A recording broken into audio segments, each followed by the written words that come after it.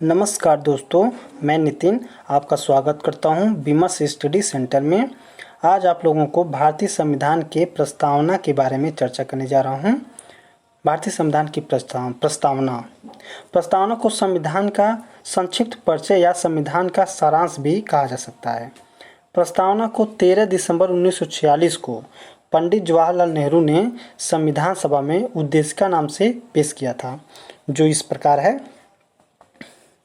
हम भारत के लोग भारत को एक संपूर्ण प्रभुत्व संपन्न समाजवादी पंथनिरपेक्ष लोकतंत्रात्मक गणराज्य बनाने के लिए तथा उसके समस्त नागरिकों को सामाजिक, आर्थिक और राजनैतिक न्याय, विचार अभिव्यक्ति, विश्वास, धर्म और उपासना की स्वतंत्रता, प्रतिष्ठा और अवसर की समानता प्राप्त कराने के लिए तथा उन सब में व्यक्ति की गरिमा और राष्ट्र की एकता और अखंडता सुनिश्चित करने वाली बंधुता बढ़ाने के लिए दृढ़ संकल्प होकर अपनी इस संविधान सभा में आज तारीख 26 नवंबर 1949 ईस्वी मित मार्गशीर्ष शुक्ल सप्तमी संवत 2006 विक्रमी को एतद द्वारा इस संविधान को अंगीकृत, अधिनियमित और आत्मार्पित करते हैं। परीक्षा की दृष्टि से कुछ महत्वपूर्ण बिंदु पर चर्चा करने जा रहे हैं, जो इस प्रकार है। 42वें संविधान संशोधन द्वारा जो 1976 में हुआ था, इसमें प्रस्तावना में 3 शब्द को जोड़ा गया था, जो वेरी इंपॉर्टेंट है। हमेशा यहाँ से क्वेश्चन पूछता है। वो 3 शब्द क्या है? समाजवादी, पंथनिरपेक्ष और अखंडता। ये 3 शब्द जो है बहुत इंपॉर्टेंट है। इसको आप एकदम ध्यानपूर्वक देखिएगा, याद कर लीजिएगा। दूसरा क्या है? प्रस्तावना अमेरिका से लिया गया है। प्रस्तावना की भाषा ऑस्ट्रेलिया से लिया गया है। प्रस्तावना को उद्देशिका नाम से भी जाना जाता है। संविधान विशेषज्ञ नानी पालकीवाला ने प्रस्तावना को संविधान का परिचय पत्र भी कहे थे। अगला क्वेश्चन उठता है, क्या प्रस्तावना संविधान का अंग है या नहीं? तो बेरूबारी संघवाद 1960 में आया था, जिसमें सर्वोच्च न्यायालय ने यह माना कि प्रस्तावना जो है ये संविधान का अंग नहीं है, इसलिए इसे संविधान संशोधन द्वारा नहीं बदला जा सकता। लेकिन बाद में सर्वोच्च न्यायालय ने अपना निर्णय बदलते हुए केशवानंद भारती बनाम केरलवाद 1973 में ये आया था, जिसमें सर्वोच्च न्यायालय ने माना कि प्रस्तावना जो है संविधान का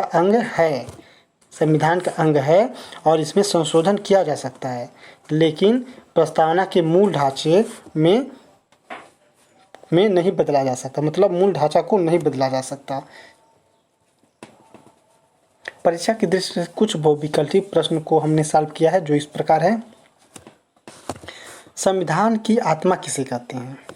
मूल अधिकार को कहते हैं कि प्रस्तावना को कहते हैं कि नीति निर्देशक तत्व को कहते हैं कि मूल कर्तव्य को कहते हैं?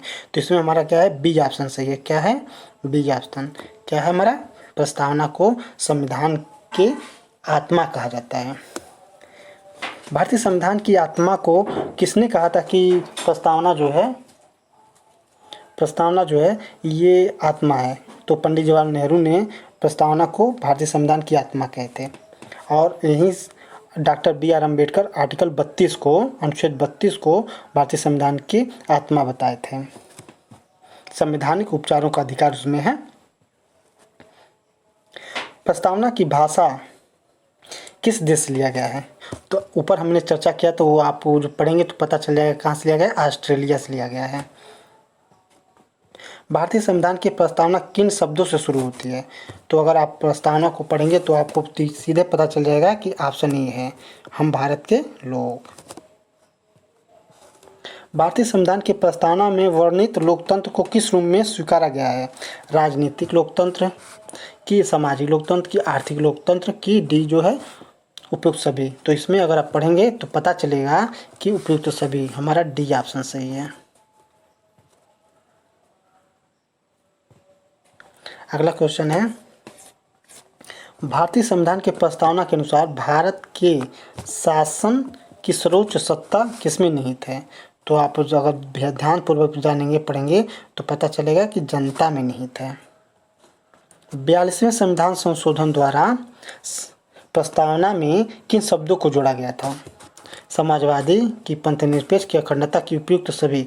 तो हमारा अगर पढ़ेंगे तो पता चलेगा कि हमारा डी ऑप्शन सही है, उपयुक्त सभी। ये तीनों शब्द जोड़ा गया था। भारत एक राज्य है, क्या है? हिंदू राष्ट्र है कि हिंदू मुस्लिम राष्ट्र है कि धर्मनिरपेक्ष राज्य है कि इसमें कोई नहीं। तो इसमें अगर आप पढ़ेंगे तो आपको पता चलेगा कि ऑप्शन सी है, धर्मनिरपेक्ष राष्ट्र है। अगला क्वेश्चन है, भारतीय संविधान को किस दिन अंगीकृत, अधिनियमित और आत्मार्पित किया गया था?